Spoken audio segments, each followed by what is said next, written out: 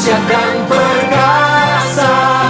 Ku bersinar bagai bintang-bintang, memuliakan nama-Mu. Shalom teman-teman yang dikasihi Tuhan Yesus Kristus. Sebelum kita memulai renungan pada malam hari ini, mari kita berdoa. Terima kasih Tuhan, terima kasih atas kebaikan-Mu ya Tuhan dan kemurahan-Mu. Kami boleh ada sampai detik ini ya Tuhan.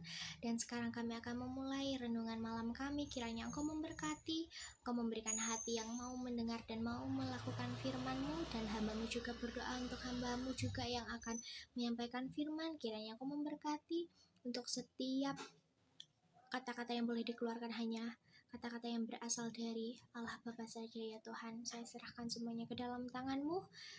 Hanya di dalam nama Tuhan Yesus kami sudah berdoa dan mengucap syukur. Amin. Seperti yang ada di judul kita kali ini akan membahas mengenai kelemahan bukanlah suatu alasan untuk kita tidak melayani.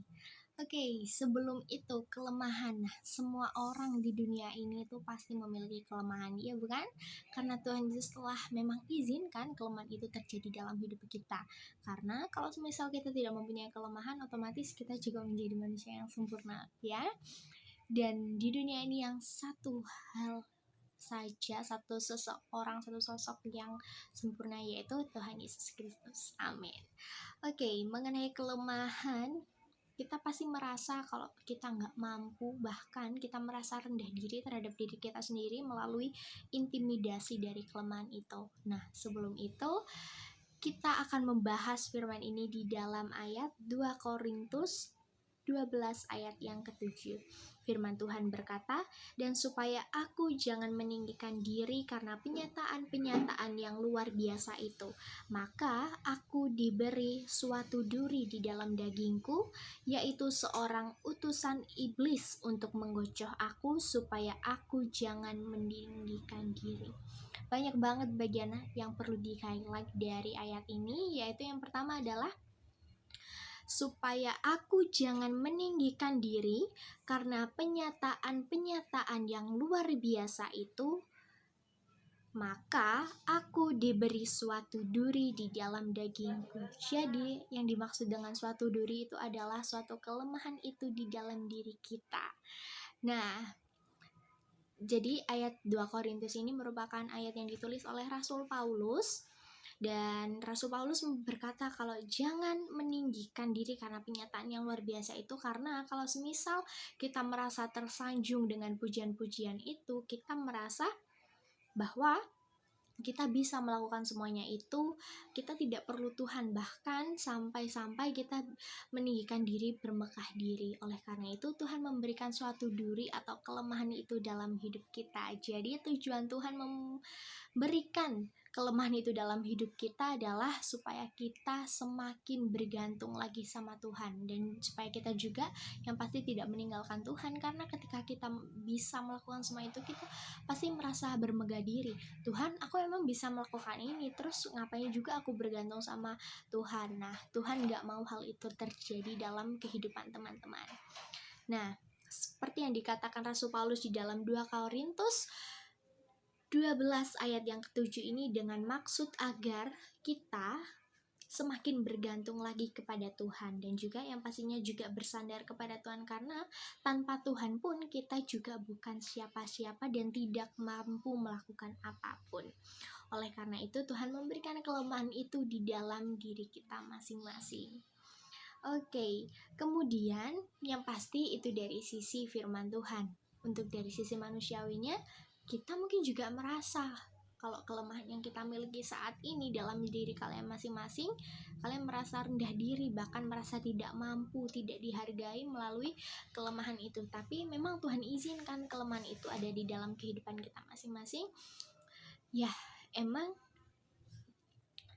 kita pernah berpikir, ya ini secara manusia, kalau semisal Tuhan aku gak bisa melakukan suatu perkara ini, Tuhan aku gak bisa melakukan ini, karena kita terlalu berfokus kepada kelemahan kita, kepada kekurangan kita lebih fokus terhadap hal itu. Padahal Tuhan ingin kita supaya kita semakin berproses dengan melibatkan Tuhan, supaya kita semakin dibuat lebih lagi, semakin dipakai lagi dalam menjadi alatnya. Nah, melalui alatnya itu kita bisa memuliakan nama Tuhan dan kita tidak terpacu pada kelemahan itu. Oke, lalu gimana sih caranya supaya kita tidak terfokus lagi dalam kelemahan itu? Yaitu ada 3 cara. Yang pertama adalah mengenali diri kita sendiri.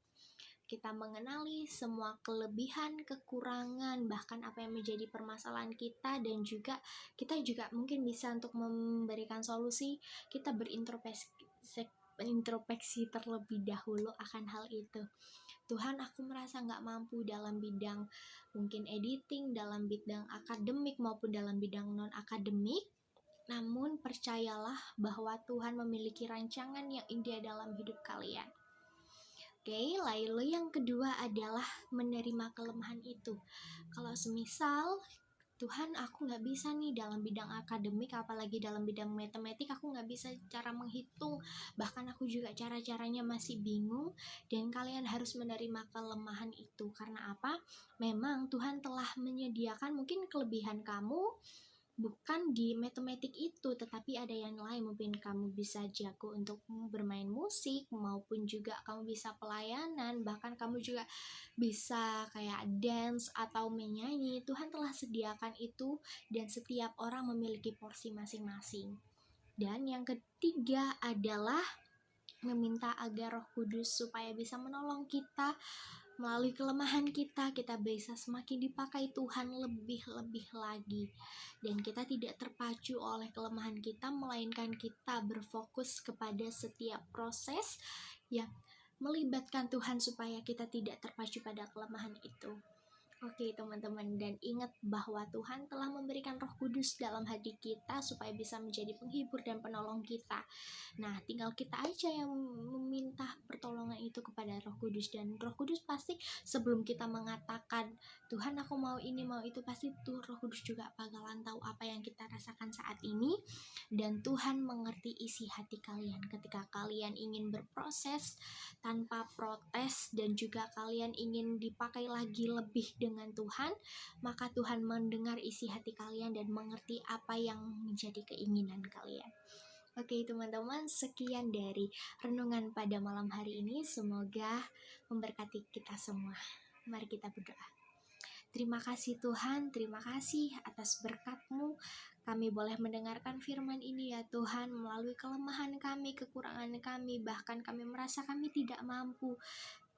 Tapi kami percaya Tuhan, Engkau mampu memakai kami supaya semakin dipakai lagi untuk menjadi alat-Mu yang semakin luar biasa dalam kehidupan kami. Bahkan kami supaya juga tidak berfokus kepada kelemahan itu, melainkan kami ingin sekali untuk berproses, dan kami rindu supaya Roh Kudus hadir dalam kehidupan kami untuk menjadi penghibur dan penolong kami, untuk menghapuskan segala fokus titik kelemahan kami, dan kami ingin sekali untuk memuliakan nama-Mu.